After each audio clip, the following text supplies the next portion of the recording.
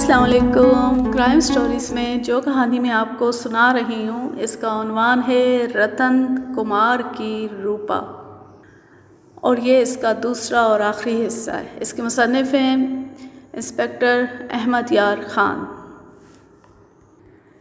ان حضرات کے لیے جو دوسری جنگ عظیم میں اس دنیا میں نہیں تھے، یہ بات حیران کن ہوگی کہ ایک آدمی صوبے داری سے کپتان بنا اور 2-3 سالوں میں ہی لیفٹیننٹ کرنل بھی بن گیا۔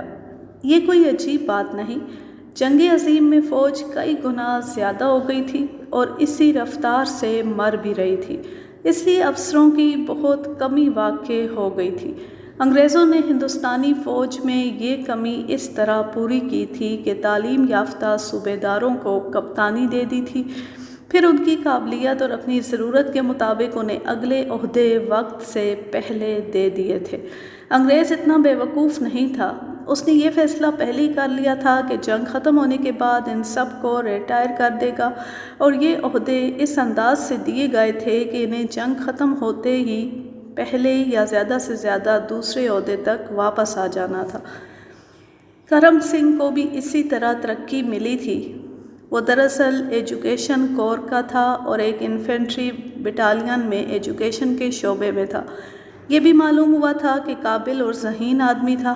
GHQ سے پتہ چلا تھا کہ قابلیت کے لحاظ سے اور اسی وجہ سے وہ انگریز افسروں میں خاصا مقبول تھا۔ اس زمانے میں میٹرک خاصی زیادہ تعلیم سمجھی جاتی تھی۔ جانگلی علاقے کے ایک سکھ کا FA پاس ہونا ایک ثبوت تھا کہ اس میں خصوصی ذہانت تھی، لیکن وہ سکھ ہی تھا۔ کرنیلی نے اس کا دماغ خراب کر دیا تھا۔ جنگ عظیم میں یہ تو عام ہوا تھا کہ کسی صوبے دار کو کپتانی یا میجری مل گئی تو اس نے پرانی بیوی کو طلاق دے دی اور نوجوان لڑکی کے ساتھ شادی کر لی۔ یہی حرکت کرم سنگھ کر رہا تھا۔ پہلے کرنیل کی بیوی بچے اس کے ساتھ رہتے تھے۔ 1 سال سے اوپر عرصہ ہو گیا ہے اس کے بیوی بچے گاؤں میں ہیں۔ اس دوران بیوی اپنے بچوں کو ساتھ لے کر خود ہی اس کے پاس دلی چلی گئی، لیکن دوسرے ہی روز واپس آ گئی۔ وہ روتی بھی تھی اور گالیاں بھی بکتی تھی۔ پتہ چلا کہ کرنیل نے اسے اس بہانے سے واپس بھیج دیا ہے کہ بال بچوں کے لیے سرکاری مکان نہیں ملتے۔ بیوی نے کہا کہ باہر کرائے پر مکان لے لو۔ کرنیل یہ بھی نہیں مانا، بلکہ الٹا بیوی کو بے عزت کر کے گاڑی پر چڑھا دیا۔ 2-3 مہینوں بعد کرنیل کا ایک سالہ دلی گیا تو وہ بھی کرنیل سے بے عزتی کرا کے واپس آ گیا۔ اس کے بعد کرنیل کا سسر گیا جو بہت ہی بوڑھا آدمی ہے۔ وہ جب واپس آیا تو اس نے گاؤں میں کھڑے ہو کر کہا کہ کرنیل کی زندگی کے دن تھوڑے رہ گئے۔ پتہ یہ چلا کہ کرنیل نے بوڑھے کی بہت بے عزتی کی اور اسے کہا کہ تم لوگ اس طرح میرے پاس دوڑے نہ چلے آیا کرو، میں یہاں بڑا افسر لگا ہوا ہوں اور تم لوگ بالکل جانگلی ہو۔ کرنیل کے سسر نے یہ خبر بھی سنائی کہ کرنیل مونا ہو گیا ہے۔ اس کے بعد کرنیل کا سسر، اس کے دونوں سالے اور بیوی یہی کہتے رہے کہ کرنیل کو زندہ نہیں چھوڑیں گے۔ کیا اس سے پہلے بھی کرنیل گاؤں آیا تھا؟ آیا تھا۔ ہم تو اسے دیکھ کر حیران رہ گئے تھے۔ اس کے اپنے رشتہ داروں کے سوا کسی اور نے اس کے ساتھ ہاتھ بھی نہیں ملایا تھا۔ گردوارے میں گیا تو گرنتھی نے اسے باہر نکال دیا۔ وہ 2 دن رہا، ذرا سی دیر کے لیے بھی اپنے سسرال نہیں گیا، پھر واپس چلا گیا۔ اس کا مطلب یہ تھا کہ اس نے اپنی بیوی بچوں کے ساتھ تعلق توڑ دیا تھا۔ میرا دل کہتا ہے کہ کرنیل کے قاتل اس کے سالے ہیں۔ انہوں نے قتل تو کرنا ہی تھا۔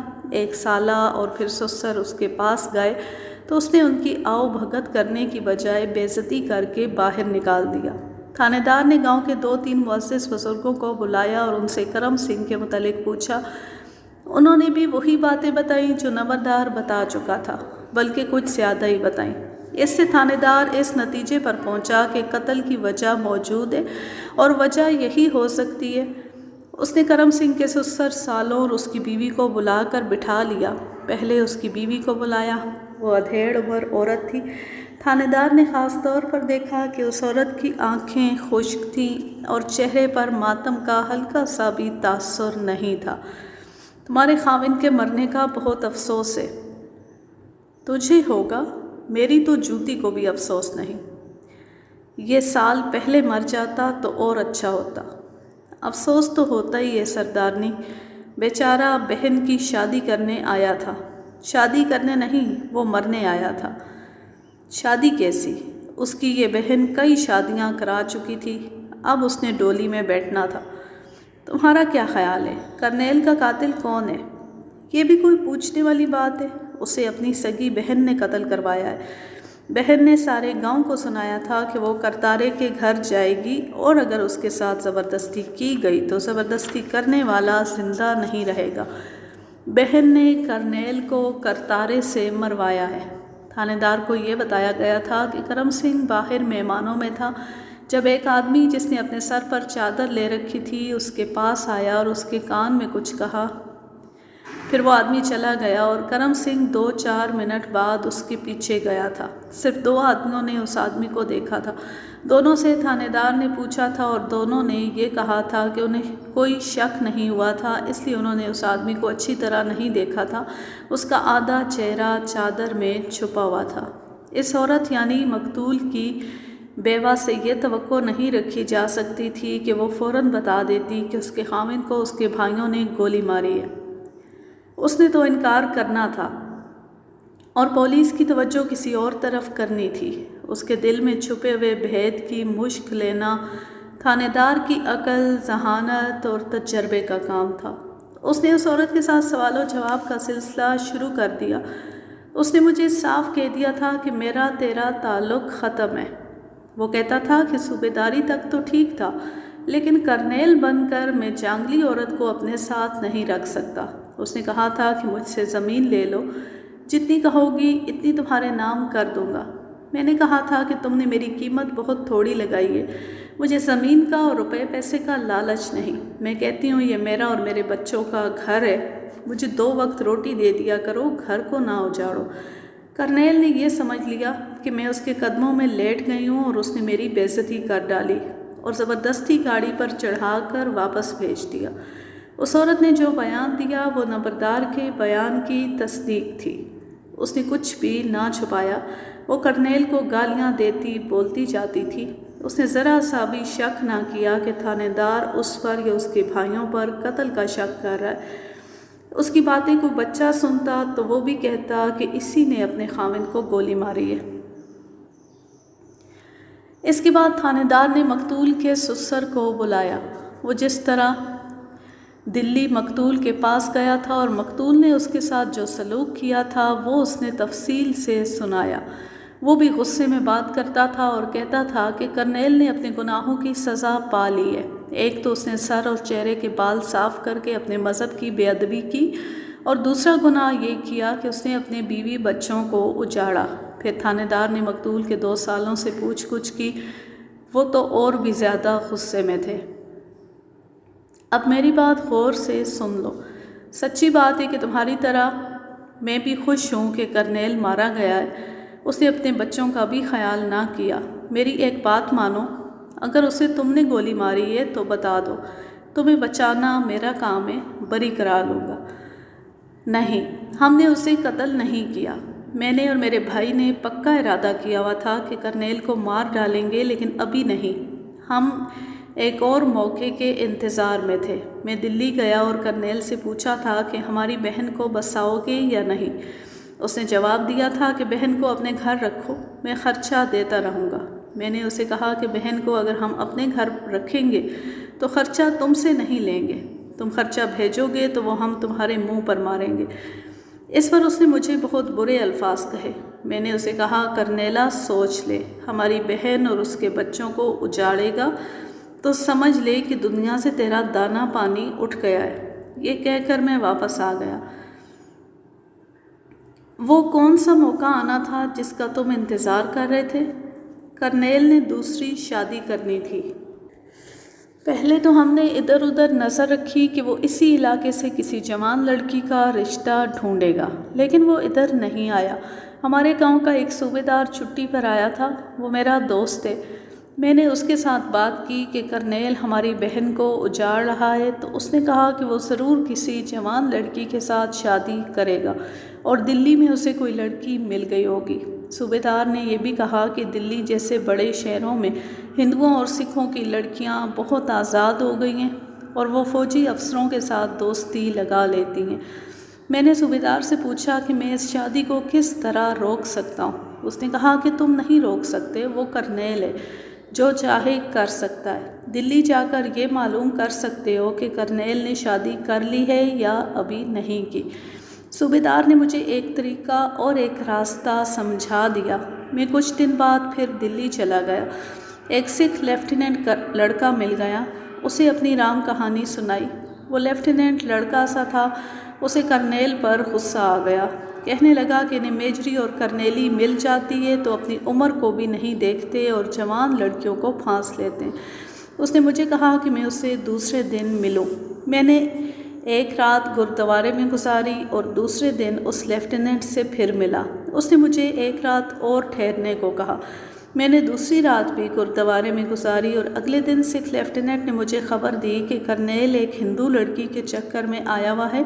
اس لڑکی کا نام روپا بتایا جاتا ہے، بہت خوبصورت اور ہوشیار لڑکی ہے اور وہ افسروں میں گھومتی پھرتی رہتی ہے۔ میں یہ خبر سن کر واپس آ گیا۔ میں نے پہلے کہا ہے کہ میں نے کرنیل کو ختم کرنے کا پکا ارادہ کر لیا تھا، لیکن ارادہ یہ تھا کہ اس نے دوسری شادی کر لی تو اسے زندہ نہیں چھوڑوں گا۔ میں نے یہ بھی سوچ لیا تھا کہ کرنیل گاؤں میں نہ آیا تو دلی جا کر اسے مار آؤں گا۔ شادی سے پہلے کیوں نہیں مارا؟ شادی سے پہلے امید تھی کہ شاید اس کے دل میں اپنے بیوی بچوں کا خیال آ جائے۔ ہم نے ایک اور ترکیب سوچی تھی۔ گاؤں کے 2-3 بزرگوں کے ساتھ بات کی تھی۔ وہ کہتے تھے کہ کرنیل چھٹی آیا تو اسے گھیریں گے اور شرم دلائیں گے۔ ہمارا مطلب تو یہ تھا کہ ہماری بہن اپنے گھر میں آباد ہو جائے، لیکن کرنیل آیا تو اپنی بہن کی شادی میں مصروف ہو گیا۔ بزرگ کہنے لگے کہ شادی کے بعد بات کریں گے۔ ہم ٹھنڈے رہے اور کرنیل کو کوئی اور گولی مار گیا۔ میں نے پوچھ گچھ کا یہ حصہ جس کا تعلق مقتول کی بیوی، اس کے سسر اور سالوں کے ساتھ تھا، بہت تھوڑا پیش کیا ہے۔ ان کی باتیں بہت لمبی تھیں، پوچھ گچھ مختصر نہیں ہوا کرتی۔ مقتول کرنل کرم سنگھ کا باپ مر گیا تھا۔ اس کا ایک بھائی اور 2 بہنیں تھیں۔ ان میں ایک تو وہ تھی جس کی شادی ہو رہی تھی۔ مقتول کی ماں بھی زندہ تھی، لیکن وہ اس قدر بوڑھی ہو چکی تھی کہ بیان دینے کے قابل نہیں تھی۔ اس کے بھائی کو تھانے دار نے بلا کر پوچھ گچھ کی۔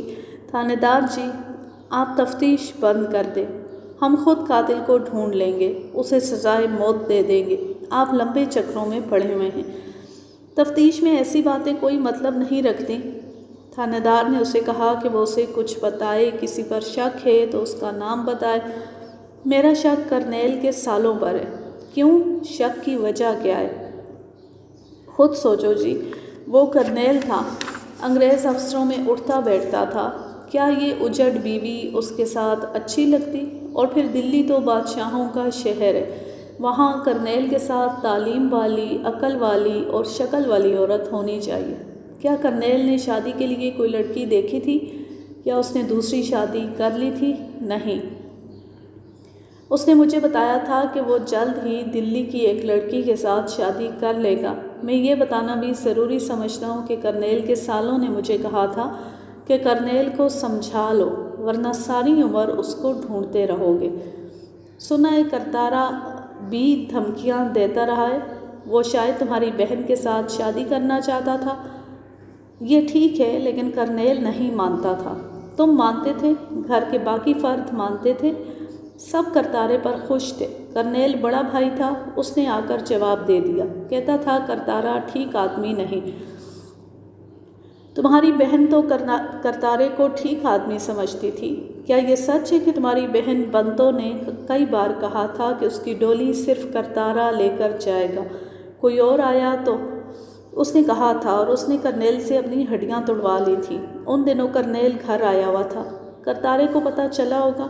ہاں، اسے پتہ چلا کہ بنتو کو کرنیل نے مارا پیٹا ہے، تو اس کا زبانی پیغام ملا کہ وہ کرنیل سے بدلہ لے گا۔ مختصر یہ کہ شک میں ایک تو کرتارا آتا تھا، دوسرے مقتول کے سالے قتل کے باعث موجود تھے۔ تھانے دار نے رات کے وقت اپنی پہلی کارروائی کی۔ وہ یہ تھی کہ کرتار سنگھ کے گھر پر چھاپا مارا، اسے الگ کر کے کہا کہ وہ ریوالور یا رائفل نکال دے ورنہ اس کے گھر کا سامان باہر پھینک کر تلاشی لی جائے گی۔ کرتار سنگھ نے کہا کہ اس کے پاس ایسا کوئی ہتھیار نہیں۔ کرتار سنگھ قریبی گاؤں کا رہنے والا ایک جوان سکھ تھا اور اس کا خاندان خوشحال زمیندار تھا۔ یہ ہر لحاظ سے مضبوط خاندان تھا۔ اس خاندان کے ساتھ دشمنی رکھنے والا آدمی گاؤں میں آرام اور سکون سے نہیں رہ سکتا تھا۔ تھانے دار اسے موقع دے رہا تھا کہ اس نے جس رائفل یا ریوالور سے کرم سنگھ کو قتل کیا ہے وہ تلاشی کے بغیر اس کے حوالے کر دے۔ بات کیا ہے؟ میرے گھر پر کیوں ہلہ بول دیا ہے؟ فالتو بات نہ کر کرتارے، میں بھی کوئی بات فالتو نہیں کروں گا۔ کرنیل کو تو نے گولی ماری ہے۔ ہوش کر تھانے دارا، ہوش کر، مجھ پر ہاتھ ڈالنے سے پہلے سوچ لے۔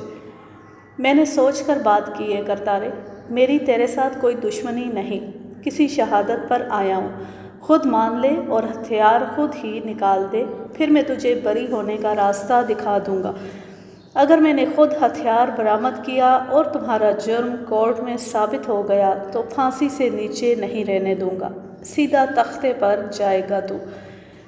کرتار سنگھ نہیں مان رہا تھا۔ تھانے دار نے شہادت اس کے آگے رکھ دی، یعنی یہ کہ وہ مقتول کی بہن کے ساتھ شادی کرنا چاہتا تھا، مگر مقتول نے شادی نہیں ہونے دی اور یہ کہہ کر کرتار سنگھ نے دھمکیاں دی تھیں کہ وہ کرنیل کو زندہ نہیں چھوڑے گا۔ کرتار سنگھ نے ہر ایک بات مانی، بلکہ اس نے ایک دو مزید باتیں بتائیں۔ میں اب بھی کہتا ہوں بنتو میرے گھر آئے گی۔ کرنیل قتل نہ ہو جاتا تو بنتو دوسرے گھر چلی جاتی۔ چند دنوں بعد وہ چلی جائے گی، آ جائے گی، آخر میرے ہی گھر آئے گی۔ تمہارا گھر جیل میں بن گیا تو کیا کرو گے؟ پھانسی چڑھ گئے تو بنتو کہاں جائے گی کرتارے؟ میری بات مان لے اور عیش کر۔ تھانے دار نے جب تلاشی شروع کی تو اس حویلی کی ایک ایک چیز، ٹرنک، برتن، بستر وغیرہ صحن میں بکھرنے لگے اور ایک پرانی ہانڈی میں جو ایک کوٹھڑی میں بیکار ہونے کی وجہ سے پھینکی ہوئی تھی مسور کی دال نکلی۔ کچی دال، ہانڈی آدھی بھری ہوئی تھی۔ تلاشی اتنی سختی سے لی جا رہی تھی کہ ہیڈ کانسٹیبل نے ہانڈی الٹ دی اور دال میں چھپا ہوا ایک ریوالور نکلا جو 38 بور کا تھا۔ کرتارے، اس کا لائسنس دکھا۔ لائسنس بزدل بنوایا کرتے ہیں، خالصہ لائسنس نہیں بنوایا کرتا۔ خانہ تلاشی میں یہی ایک ریوالور برآمد ہوا جو تھانے دار نے قبضے میں لے کر کرتار سنگھ کو گرفتار کر لیا۔ اگر اس نے قتل کی واردات نہیں کی تھی تو گرفتاری کے لیے یہی جرم کافی تھا کہ اس کے پاس بلا لائسنس ریوالور تھا۔ تھانے دار نے گولیاں بھی برآمد کی تھیں، لیکن یہ معلوم کرنا مشکل تھا کہ ان میں سے کتنی گولیاں کم ہیں۔ البتہ یہ معلوم کیا جا سکتا تھا کہ اس میں سے 2-4 روز پہلے 1-2 گولیاں فائر ہوئی ہیں یا نہیں۔ کرتار سنگھ کے 2 بھائی فوج میں تھے، ایک حوالدار تھا اور دوسرا نائک۔ ظاہر ہے یہ ان دونوں میں سے کوئی بھائی چرا کر لایا تھا۔ برما فرنٹ پر ان کا کوئی افسر مارا گیا ہوگا اور ریوالور انہوں نے دبا لیا ہوگا۔ محاذوں پر لاشوں اور ہتھیاروں کی کمی نہیں تھی۔ چھپا کر ایک ریوالور آسانی سے لایا جا سکتا تھا اور کئی فوجی لائے بھی تھے۔ تھانے دار کرتار سنگھ کو مقتول کے سسر اور سالوں کو تھانے لے گیا۔ اس نے ان لوگوں کو چھوڑ دیا جن کے ساتھ مقتول کے خاندان کی دشمنی تھی۔ اس تھانے دار نے ایک غلطی کی تھی، اسے چاہیے تھا کہ مقتول کے سسرالی گھر کی بھی تلاشی لے لیتا۔ صرف ریوالور برآمد ہونے پر یہ یقین کر لینا کہ مقتول کو اسی ریوالور سے گولی ماری گئی، یہ ایک غلطی تھی۔ تھانے دار نے پہلا یہ کام کیا کہ ریوالور ایگزامینر کی رپورٹ کے لیے بھیج دیا۔ اس کام کے لیے اس نے ایک ہیڈ کانسٹیبل کو بھیجا تھا۔ ان دنوں ایسے کام بہت تیزی سے ہوتے تھے۔ تفتیش کے متعلق کام تو ایمرجنسی کے انداز سے ہوتے تھے۔ ایگزامینر تقریباً 50 میل دور تھا۔ ہیڈ کانسٹیبل صبح کی گاڑی سے روانہ ہوا اور اگلی رات کے پچھلے پہر واپس آ گیا۔ رپورٹ یہ تھی کہ 4-5 روز پہلے اس ریوالور سے ایک یا ایک سے زیادہ گولیاں فائر کی گئی تھیں۔ کرتار سنگھ دیہاتی سویلین تھا۔ اسے اتنی سی عقل بھی نہیں تھی کہ ریوالور فائر کر کے نالی کو صاف کرتا اور اس میں تیل لگا دیتا۔ یہ ریوالور کہاں سے آیا ہے؟ تمہارے بھائیوں میں سے کون لایا تھا؟ ایک پٹھان سے خریدا تھا، یہ درے سے آیا ہے۔ چلو مان لیتا ہوں، اب تم مان لو کہ تم نے کرنیل کرم سنگھ پر اسی ریوالور سے گولی چلائی تھی۔ میں نے 10-12 دن گزرے گاؤں سے دور جا کر ایک آوارہ کتے پر 2 گولیاں چلائی تھی۔ ایک گولی اسے پہلو میں لگی تھی، دوسری نہیں لگی تھی۔ کتا ذرا آگے گیا اور گر کر مر گیا۔ میں جگہ بتاتا ہوں، وہاں کتے کی ہڈیاں پڑی ہوئی ہوں گی۔ 1 دن اور 1 رات پہلے اس ریوالور سے گولی چلائی گئی ہے۔ یہ کہاں چلائی تھی؟ 10-12 دن پہلے 2 گولیاں چلائی تھیں، اس کے بعد ایک بھی گولی نہیں چلائی۔ میں بنتوں کو تھانے بلاؤں گا، تمہارے سامنے اس کے ساتھ جو سلوک کروں گا وہ دیکھ لینا۔ یہ غلطی نہ کرنا تھانے دارا، سوں گرو کی، تیری لاش مردہ خانے میں پہنچ جائے گی۔ بنتوں کے جسم کو ہاتھ لگا کر دیکھنا۔ تھانے دار کے لیے اس پتھر کو توڑنا آسان نہیں تھا۔ اس نے زبانی اور عملی کوشش شروع کر دی۔ اس کے ساتھ ہی اس نے ASI کو کرم سنگھ کے سالوں سے پوچھ گچھ پر لگا دیا۔ 5-6 دن گزر گئے۔ مقتول لیفٹیننٹ کرنل تھا۔ اس کا بھائی GHQ دلی میں گیا اور درخواست دی کہ اس کا بھائی قتل ہو گیا ہے اور علاقے کا تھانے دار تفتیش میں سستی کر رہا ہے اور یہ کہ قاتل کو تھانے دار جانتا ہے۔ GHQ نے فوری طور پر یہ کارروائی کی کہ ڈپٹی کمشنر کو لکھا کہ قاتل کو فوراً پکڑنے کا انتظام کیا جائے۔ میں نے پہلے بتایا کہ جنگ عظیم میں انگریزوں نے فوجیوں کو بہت اہمیت دی تھی۔ ڈپٹی کمشنر نے متعلقہ SP اور DSP کو بلایا اور GHQ کی چٹھی دکھائی۔ یہ دونوں انگریز پولیس افسر علاقے کے تھانے میں گئے، کیس دیکھا اور تفتیش دیکھی۔ انہوں نے کیس کی تفتیش CIA کے حوالے کر دی۔ CIA کا طریقہ تفتیش بڑا ہی ظالمانہ ہوتا تھا۔ ان کے پاس ایذا رسانی کے باقاعدہ طریقے تھے جو مرحلہ وار استعمال کیے جاتے تھے۔ CIA نے اپنا کام شروع کر دیا۔ مقتول کا ایک بھائی قتل سے پہلے دلی یہ معلوم کرنے گیا تھا کہ کرنل کرم سنگھ نے شادی کر تو نہیں لی۔ اسے بتایا گیا تھا کہ کرنل کرم سنگھ ایک بڑی خوبصورت اور جوان لڑکی کے جال میں آیا ہوا ہے۔ اس لڑکی کا نام روپا بتایا گیا تھا۔ وہ ہندو تھی اور ماڈرن لڑکی تھی۔ وہ اکثر فوجی افسروں کے ساتھ دیکھی جاتی تھی۔ اس کی شکل و صورت اور جسم میں ایسی کشش تھی اور اس کی ساڑی اتنی قیمتی ہوتی تھی کہ کسی مہاراجے کی ریاست کی راجکماری لگتی تھی۔ کرنل سے کم رینک کے افسر کے ساتھ تو وہ بات بھی نہیں کرتی تھی۔ آفیسرز کلب میں رات کو وہ اکثر جاتی تھی۔ انگریز افسروں میں بھی وہ مقبول تھی۔ CIA نے جب کیس اپنے ہاتھ میں لیا تو اس کے تفتیشی افسر کو پتہ چلا کہ مقتول روپا کے ساتھ زیادہ دفعہ دیکھا گیا ہے۔ میں نے پہلے ذکر کیا ہے کہ مقتول سر کے لمبے بال اور داڑھی صاف کرا کے بڑا ہی وجیح اور دلکش آدمی لگتا تھا۔ CIA نے روپا سے کچھ پوچھنا ضروری سمجھا۔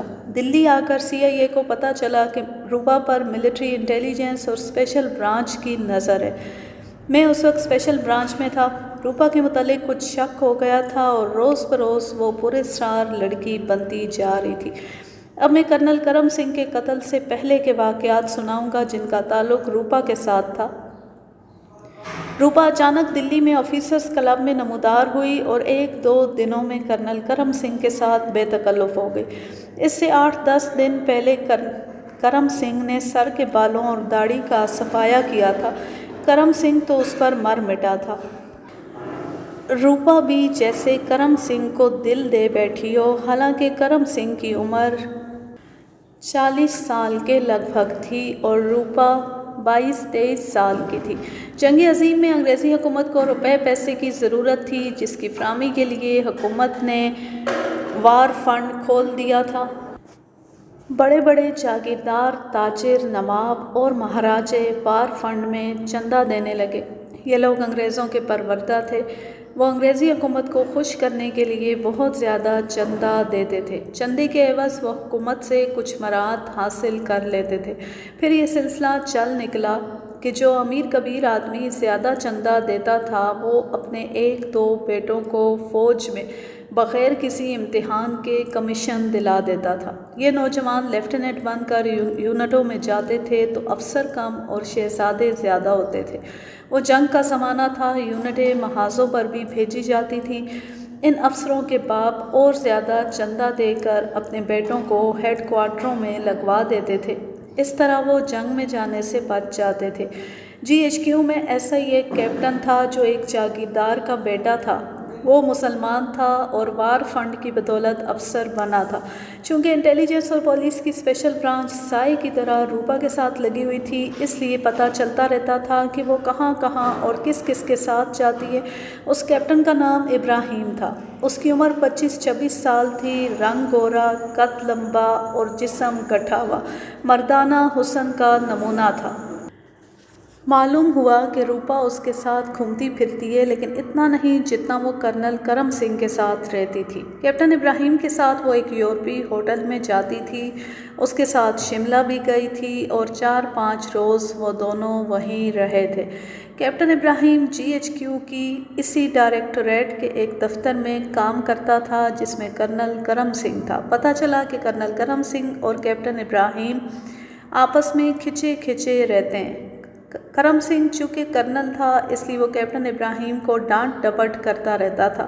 سب سمجھتے تھے کہ یہ رقابت ہے، لیکن سب حیران بھی ہوئے کہ روپا کا جوڑ کیپٹن ابراہیم سے ملتا ہے، پھر یہ کرنل کرم سنگھ کے ساتھ کیوں لگی رہتی ہے۔ پھر ایک انگریز میجر کا اضافہ ہو گیا۔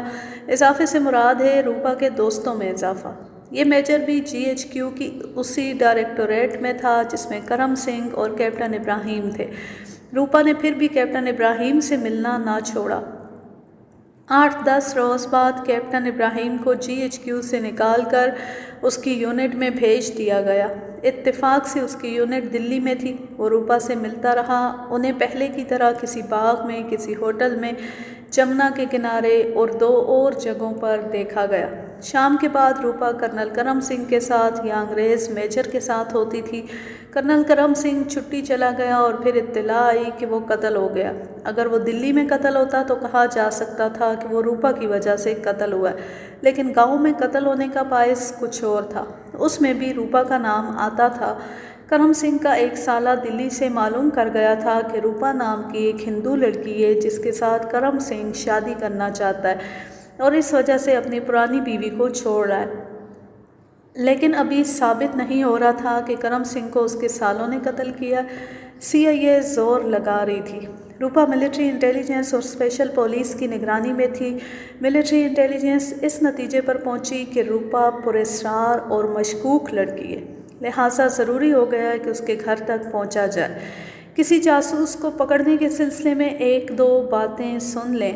کسی آدمی کے متعلق جب یقین ہو جاتا ہے کہ یہ دشمن ملک کا جاسوس ہے تو اسے فوراً پکڑ نہیں لیا جاتا، اس کی خفیہ نگرانی کی جاتی ہے۔ وجہ یہ ہوتی ہے کہ جاسوس کبھی بھی اکیلا نہیں ہوتا، پورا گروہ ہوتا ہے جسے رنگ کہتے ہیں۔ ان کا کوئی ایک ٹھکانہ نہیں ہوتا بلکہ ایک سے زیادہ ٹھکانے ہوتے ہیں۔ ان ٹھکانوں تک پہنچنا ہوتا ہے اور پورے رنگ کو پکڑا جاتا ہے۔ اگر ایک جاسوس کو گرفتار کر لیا جائے تو رنگ کے باقی آدمی زمین کے نیچے چلے جاتے ہیں۔ اس لیے طریقہ یہ اختیار کیا جاتا ہے کہ کسی ایک آدمی کے متعلق یقین ہو جائے کہ یہ جاسوس ہے تو انٹیلیجنس کا ایک آدمی سائے کی طرح اس کے ساتھ لگا رہتا ہے۔ وہ ان جگہوں کو نوٹ کرتا رہتا ہے جہاں جہاں وہ جاسوس جاتا ہے اور ان آدمیوں کے نام بھی لکھ لیے جاتے ہیں جن سے وہ ملتا ملاتا ہے۔ پھر ایک روز اچانک ان جگہوں پر چھاپے مارے جاتے ہیں اور جاسوس جن سے ملتا ملاتا رہا تھا انہیں گرفتار کیا جاتا ہے۔ ایسے نہیں ہوتا کہ جاسوس جس کسی سے بھی ملتا ہے اسے پکڑ لیا جائے۔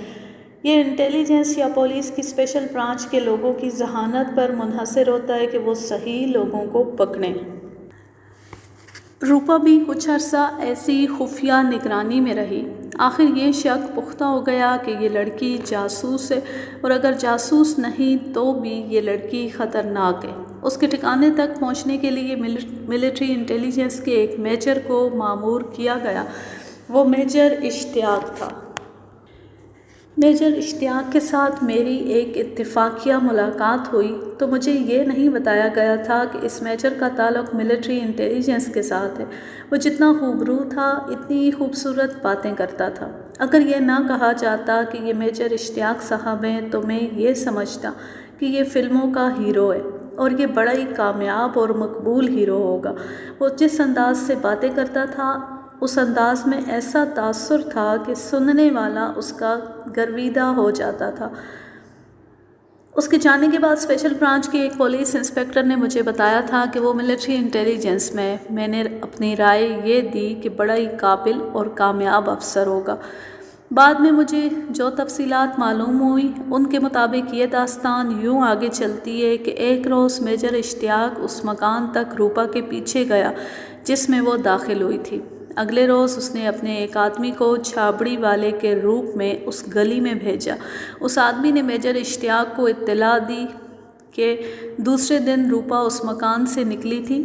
رات کو جب روپا اپنی میل ملاقات اور روزمرہ سرگرمیوں سے فارغ ہو کر واپس گئی تو میجر اشتیاق نے اپنے ایک اور آدمی سے اس کا پیچھا کرایا۔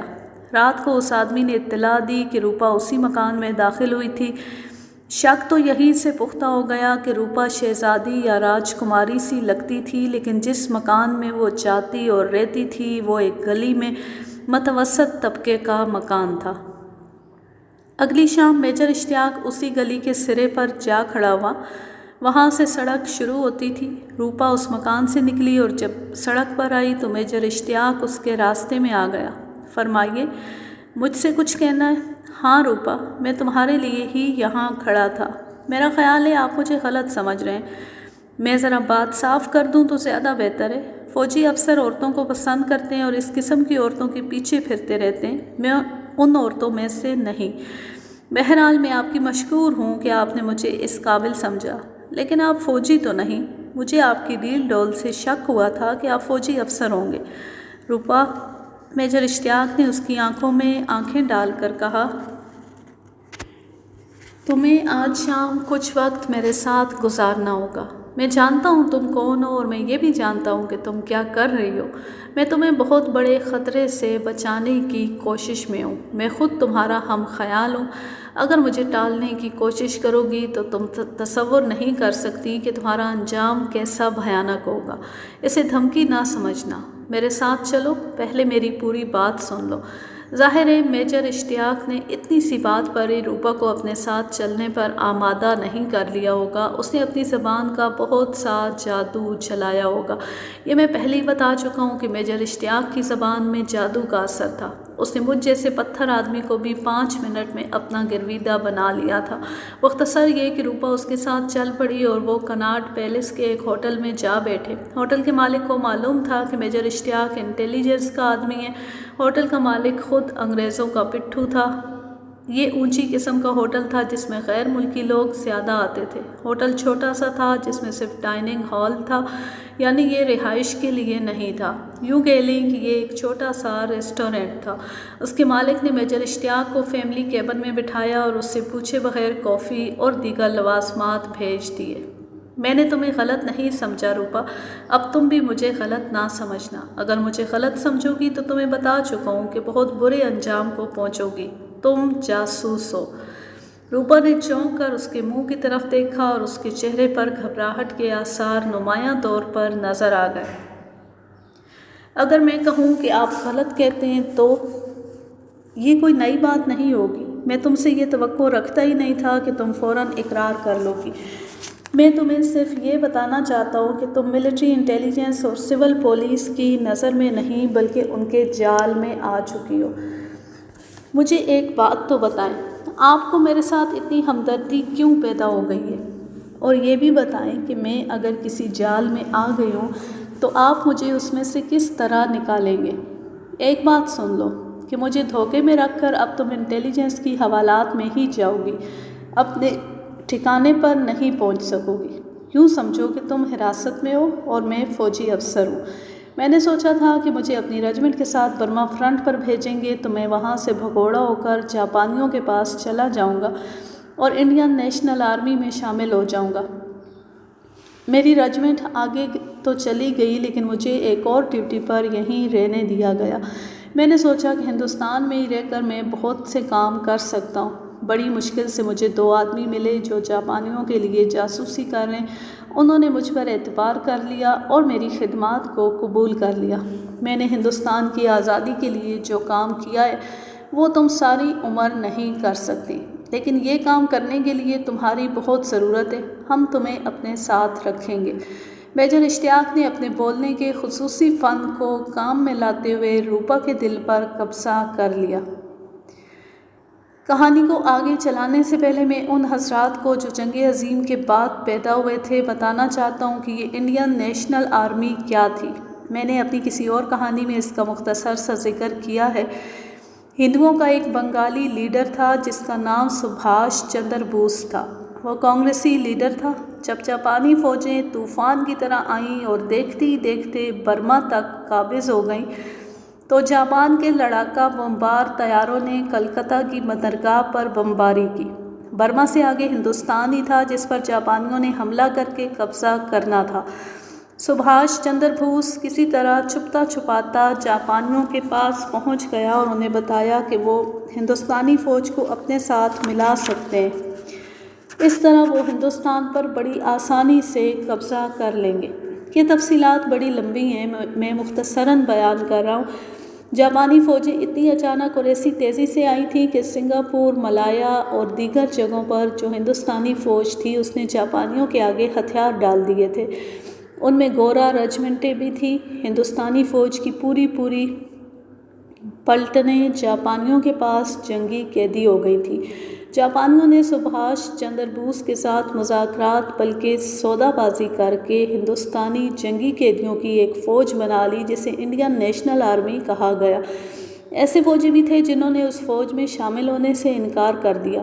انہیں جاپانیوں نے بہت ظالمانہ سزائیں دیں۔ پھر بھی جاپانیوں کے پاس ہندو، سکھ اور مسلمان افسر اکٹھے ہو گئے تھے۔ ایسے بھی ہوا کہ برما کے محاذ پر جب انگریزوں نے امریکیوں کی مدد سے جوابی حملہ کیا تو جاپانی فوجوں کے مورچوں سے لاؤڈ سپیکروں سے آوازیں آتی تھیں کہ ہندوستان کو آزاد کراؤ اور انگریزوں کے خلاف لڑو۔ یہ آوازیں رات کو ایسے حالات میں بھی سنائی دیتی تھیں جب محاذ خاموش ہوتا تھا۔ بعض ہندوستانی سپاہی بھگوڑے ہو کر جاپانی مورچوں میں چلے جاتے تھے۔ ہندوستانی فوج کے وہ مسلمان افسر جن کی نظر ہندوستان کی سیاست پر تھی سمجھ گئے تھے کہ یہ ہندو کانگریس کی ایک چال ہے۔ ہندو لیڈر دیکھ رہے تھے کہ جاپان جس تیزی سے پیش قدمی کر رہا ہے ہندوستان پر بھی قابض ہو جائے گا اور انگریز یہاں سے بھاگ جائیں گے۔ ہندو لیڈروں نے جاپان کے ساتھ یہ سودا طے کر لیا تھا کہ وہ ہندوستان ان کے حوالے کر دیں گے۔ اس طرح ہندو لیڈروں کو اپنا یہ قدیم خواب کہ وہ ہندوستان میں ہندو راج قائم کریں گے اور مسلمانوں کو اپنا غلام بنا لیں گے پورا ہوتا نظر آ رہا تھا۔ ہندوؤں کی اس پلاننگ نے جاپانیوں کے لیے ہندوستان کی جاسوسی کو آسان کر دیا۔ اس طرح ہندوستان میں جاپان کے جاسوسوں کی تعداد بے شمار ہو گئی۔ یہ جاسوس ہندوستانی تھے جن میں اکثریت ہندوؤں کی تھی۔ مسلمان بہت تھوڑے تھے اور یہ وہ مسلمان تھے جو ہندوؤں کے جال میں آ گئے تھے۔ جاپانیوں کی کوشش یہ ہوتی تھی کہ وہ جس ملک پر حملہ کرتے تھے وہاں اپنے جاسوسوں سے یہ معلوم کرواتے تھے کہ چھاؤنیوں سے مختلف یونٹیں کس طرح نکل کر محاذ پر آ رہی ہیں۔ جاپانیوں کی کوشش یہ ہوتی تھی کہ دشمن کی فوجوں کی نقل و حرکت میں رکاوٹ پیدا کی جائے۔ رکاوٹ پیدا کرنے کے لیے مختلف طریقے استعمال کیے جاتے تھے جن میں بعض بڑی دلچسپ تھے۔ انڈین نیشنل آرمی کا انجام بہت برا ہوا تھا۔ جاپانی پسپا ہو گئے تھے۔ انڈین نیشنل آرمی کے کئی افسر گرفتار کر لیے گئے تھے اور دلی میں ان کے کورٹ مارشل ہوئے تھے۔ ان میں جو مسلمان افسر تھے انہوں نے آ کر بتایا تھا کہ ہندوستان کے مسلمانوں کی خوش نصیبی ہے کہ انڈین نیشنل آرمی وہیں ختم ہو گئی تھی۔ ہندوستان پر جاپان کے قبضے کا مطلب برصغیر پر ہندوؤں کا قبضہ تھا۔ ان دنوں سارے ہندوستان میں INA یعنی انڈین نیشنل آرمی کے چرچے تھے۔ میں آپ کو روپا اور میجر اشتیاق کی باتیں سنا رہا تھا۔ روپا کے متعلق یقین ہو چکا تھا کہ وہ جاسوس ہے۔ اب یہ کہنا بھی غلط نہیں ہو سکتا تھا کہ وہ جاپانیوں کی جاسوس ہے۔ اس لیے میجر اشتیاق نے جاپانیوں کا اور INA کا حوالہ دیا اور اس طرح کی باتیں کی کہ روپا اسے اپنا ساتھی سمجھ بیٹھی۔ میجر اشتیاق نے جھوٹ موٹ کے کچھ کارنامے سنا دیے، مثلاً ایک یہ کہ اس کے رنگ کے آدمی صوبہ سرحد کے قبائلی علاقے میں کام کر رہے ہیں اور اگر جرمنی کی فوجیں ادھر سے آ گئیں تو تمام قبائلی جرمنی کی فوج کے ساتھ مل جائیں گے۔ یہاں میں آپ کو یہ بھی بتا دوں کہ جاپان اور جرمنی اتحادی تھے، یعنی یہ دونوں ملک انگریزوں، امریکیوں اور فرانسیسیوں کے خلاف لڑ رہے تھے۔ میجر اشتیاق نے روپا کو قائل کر لیا کہ وہ اسے اپنے ٹھکانے پر لے چلے اور یہاں جو آدمی ہیں ان سے ملوائے۔ میجر اشتیاق نے روپا کو اپنا نام کیپٹن یوسف بتایا اور اس نے یہ بھی بتایا کہ وہ پشاور کا رہنے والا ہے، اسی لیے اسے قبائلی علاقے میں کام کرنے کے لیے کہا گیا تھا۔ مجھے صرف ایک شک ہے یوسف، تم کہتے ہو کہ میں جال میں آ گئی ہوں، یہ بتاؤ کہ تم مجھے اس جال میں سے کس طرح نکال سکو گے؟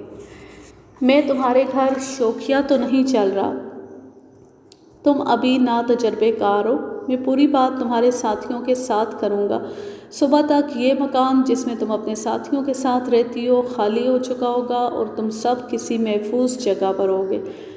یہ تو میں بھی محسوس کرتی ہوں کہ میں ناتجربے کار ہوں، میں اس لائن میں پورا تجربہ حاصل کرنا چاہتی ہوں۔ ابھی تو میں اپنے لیڈروں کی طرح اس کوشش میں ہوں کہ جاپان آ جائے اور انگریز یہاں سے نکل جائے۔ اس کے بعد میں اس لائن پر کام کروں گی کہ ہندوستان سے جاگیرداری اور سرمایہ داری بھی نکل جائے اور یہاں مذہب بھی نہ رہے۔ میں ایک انقلاب پر یقین رکھتی ہوں۔ روپا نے تفصیل سے میجر کو اپنے خیالات بتائے۔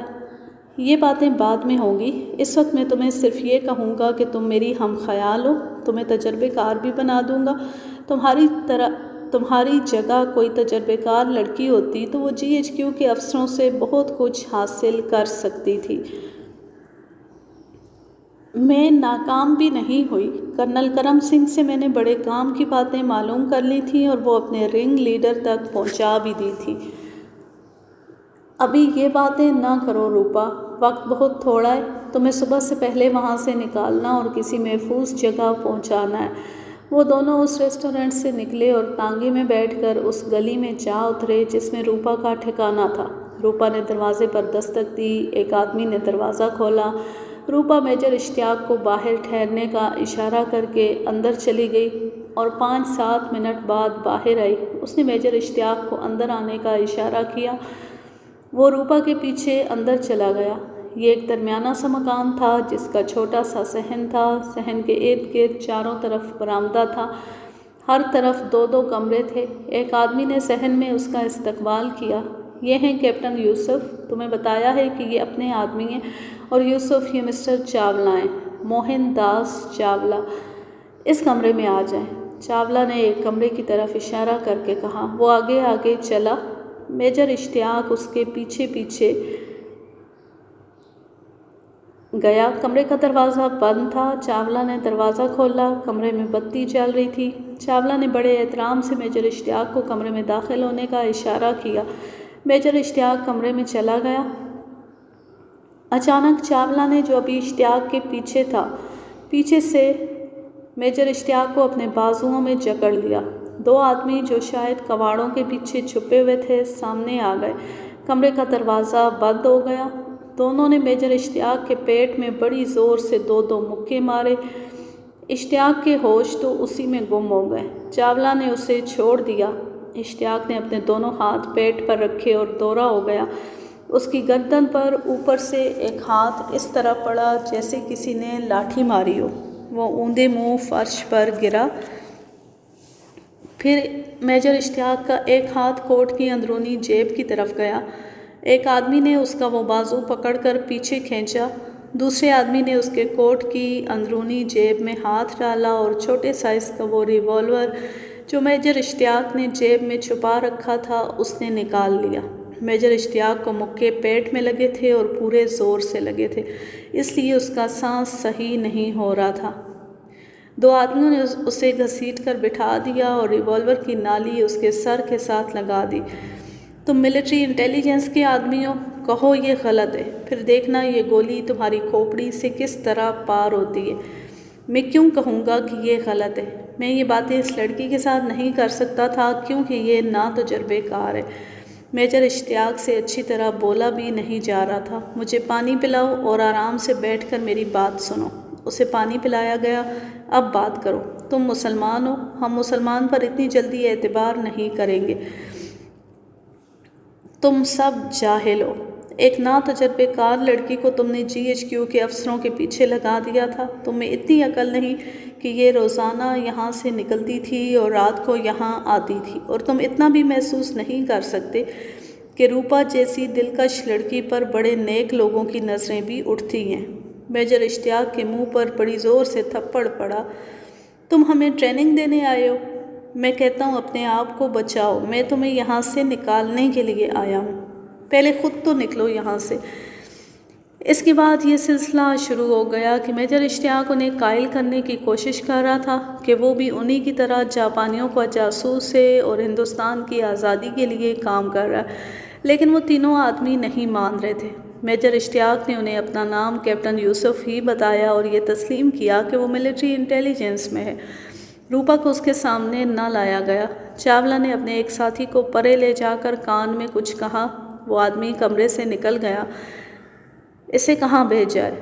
تمہاری قسمت کا فیصلہ کرنے کے لیے کوئی اور آئے گا۔ اگر ہمارا لیڈر مل گیا تو وہ ابھی آ جائے گا، اگر نہ ملا تو کل صبح 10 بجے سے پہلے وہ خود ہی آ جائے گا۔ تمہاری عمر اگر لمبی ہوئی تو وہ کل 10 بجے تک ہی ہوگی۔ میجر اشتیاق اس کمرے میں تنہا تھا، لیکن اپنی اس ڈیوٹی میں تنہا نہیں تھا۔ ایک مسلمان صوبیدار معمولی سے کپڑے پہنے ہوئے اس کے ساتھ تھا۔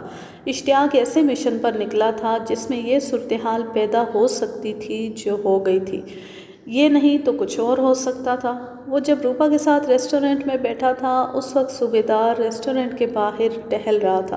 اشتیاق اور روپا جب ٹانگے میں بیٹھے تو صوبیدار ان کے پیچھے پیچھے ٹانگے میں جا رہا تھا۔ اشتیاق جب روپا کے ساتھ اس مکان میں چلا گیا تو صوبیدار گلی کے باہر سڑک پر ٹہلتا رہا تھا۔ اس صوبیدار نے جب دیکھا کہ کم و بیش 4 گھنٹے گزر گئے ہیں اور میجر ابھی تک اندر ہے تو اس نے میجر اشتیاق کی اس ہدایت پر عمل کیا جو اس نے شام کو ہی اسے دے دی تھی۔ ہدایت یہ تھی کہ میجر اشتیاق اس مکان میں داخل ہونے کی کوشش کرے گا، اگر وہ کامیاب ہو گیا تو اندر جا کر جاپانیوں کے جاسوس کے روپ میں اندر کے آدمیوں سے بات چیت کر کے جلدی نکل آئے گا۔ اگر آدھے گھنٹے سے زیادہ وقت اندر گزر گیا تو صوبیدار یہ سمجھے کہ اندر جو لوگ ہیں وہ تجربے کار اور ہوشیار ہیں اور میجر اشتیاق انہیں پکڑوانے کی بجائے خود پکڑا گیا ہے۔ اس صورت میں صوبیدار نے ہیڈ کوارٹر میں آ کر اطلاع دینی تھی اور مکان پر باقاعدہ چھاپا مارنا تھا۔ صوبیدار نے آدھے گھنٹے کی بجائے 3 گھنٹے انتظار کیا۔ بعد میں پتہ چلا تھا کہ صوبیدار سے جواب طلبی ہوئی تھی کہ اس نے اتنی دیر کیوں انتظار کیا۔ اتنی دیر میں میجر اشتیاق کو قتل کر کے اس کی لاش اندر ہی کہیں غائب کی جا سکتی تھی۔ مجھے معلوم نہیں کہ صوبیدار نے اس کا کیا جواب دیا تھا۔ مکان کے اندر صورتحال ابھی تک وہی تھی۔ وہ آدمی جو اپنے کسی لیڈر کو بلانے گیا تھا واپس نہیں آیا تھا، پیچھے 2 آدمی رہ گئے تھے، ان کے ساتھ میجر اشتیاق بحث مباحثہ کرتا رہا تھا۔ یہ تمام آدمی بڑے کچے تھے، انہوں نے اتنا بھی نہ کیا کہ میجر اشتیاق کے ہاتھ پاؤں باندھ دیتے۔ میجر اشتیاق یوں کر سکتا تھا کہ ان دونوں پر حملہ کر کے ریوالور چھین لیتا اور ان پر قابو پا کر وہاں سے نکل آتا، لیکن وہ انہیں پکڑوانا چاہتا تھا، اس لیے اس نے اپنی جان کی بھی پرواہ نہ کی اور حملہ نہ کیا۔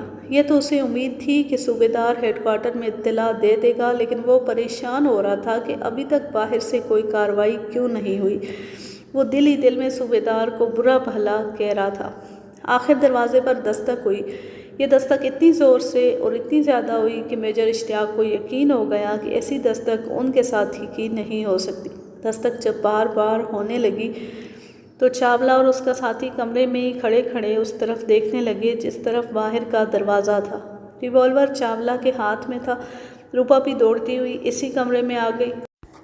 میجر اشتیاق بڑی تیزی سے اٹھا، چاولہ کے دونوں کندھوں پر ہاتھ رکھ کر اسے جھٹکا دے کر اپنی طرف گھمایا اور اس کے منہ پر اتنی زور سے مکہ مارا کہ ریوالور اس کے ہاتھ سے گر پڑا اور چاولہ پیچھے دیوار کے ساتھ جا لگا۔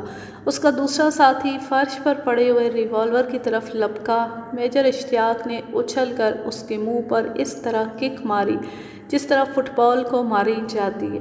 وہ آدمی الٹی کلابازی لگا کر گردن کے بل گرا۔ کیپٹن یوسف روپا خوفزدگی کے حالت میں میجر اشتیاق کے ساتھ لپٹ گئی اور کانپتی ہوئی آواز میں بولی، مجھے بچا لو۔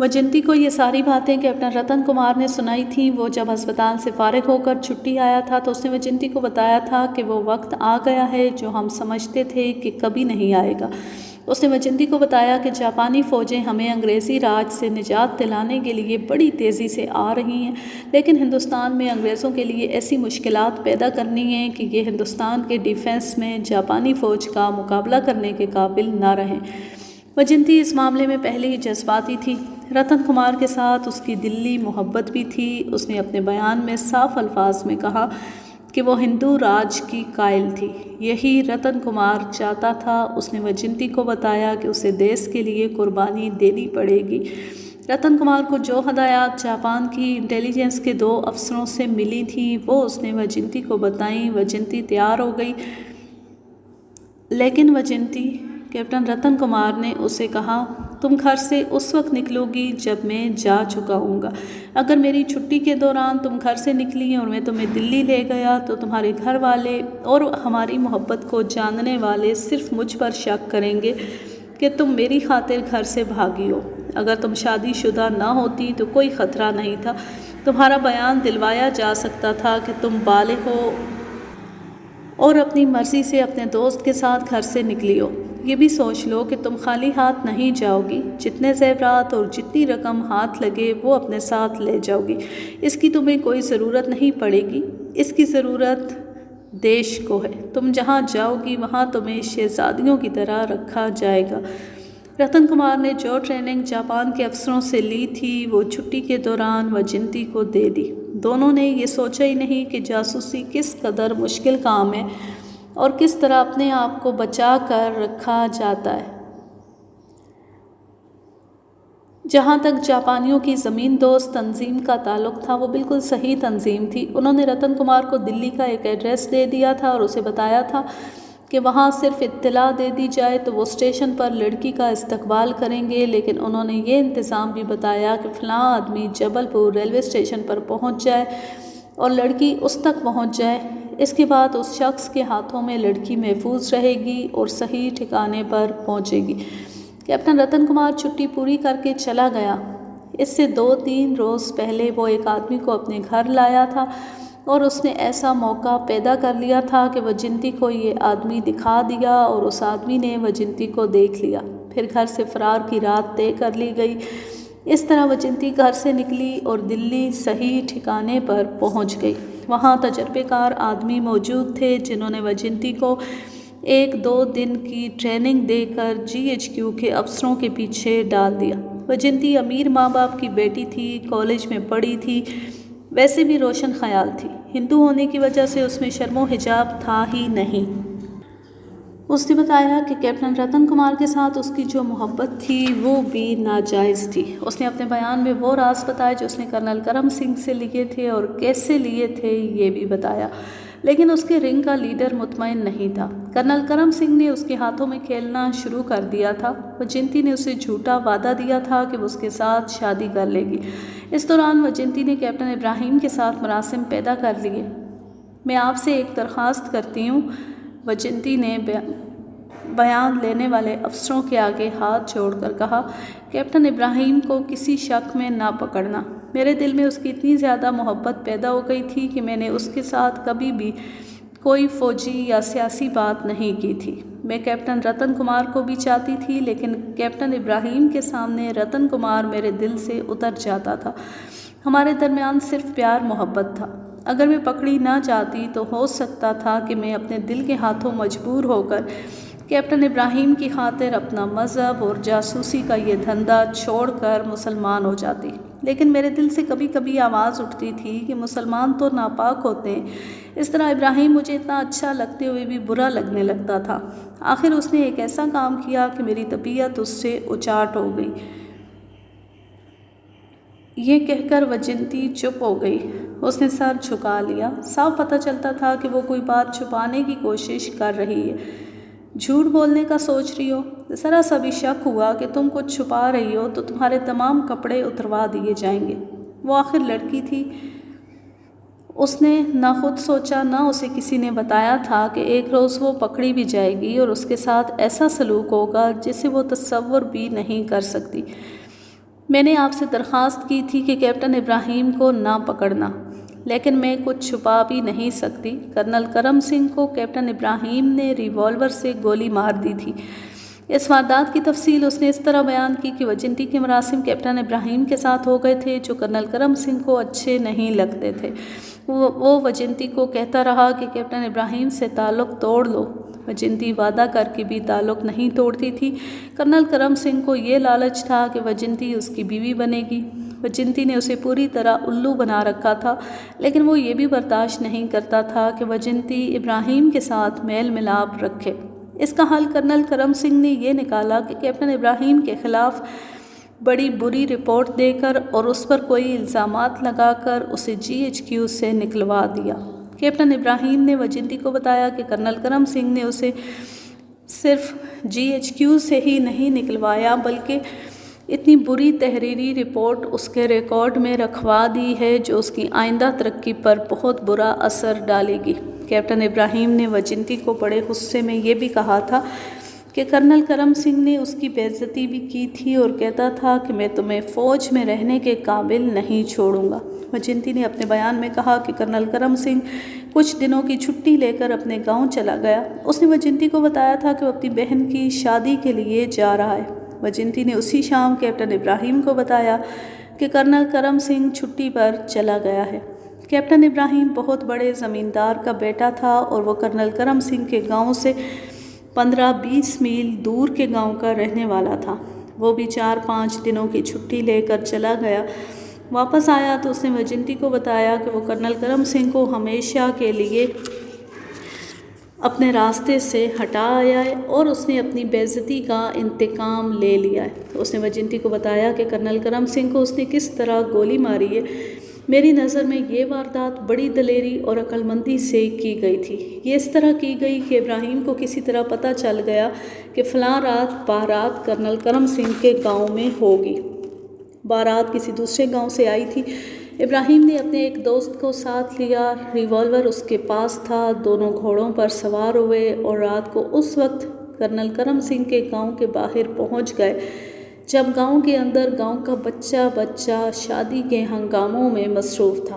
کیپٹن ابراہیم کا دوست سر پر چادر ڈال کر گیا۔ اس نے کرم سنگھ کو اتنا ہی کہا تھا کہ دلی سے ایک آدمی آیا ہے، وہ آگے نہیں آنا چاہتا۔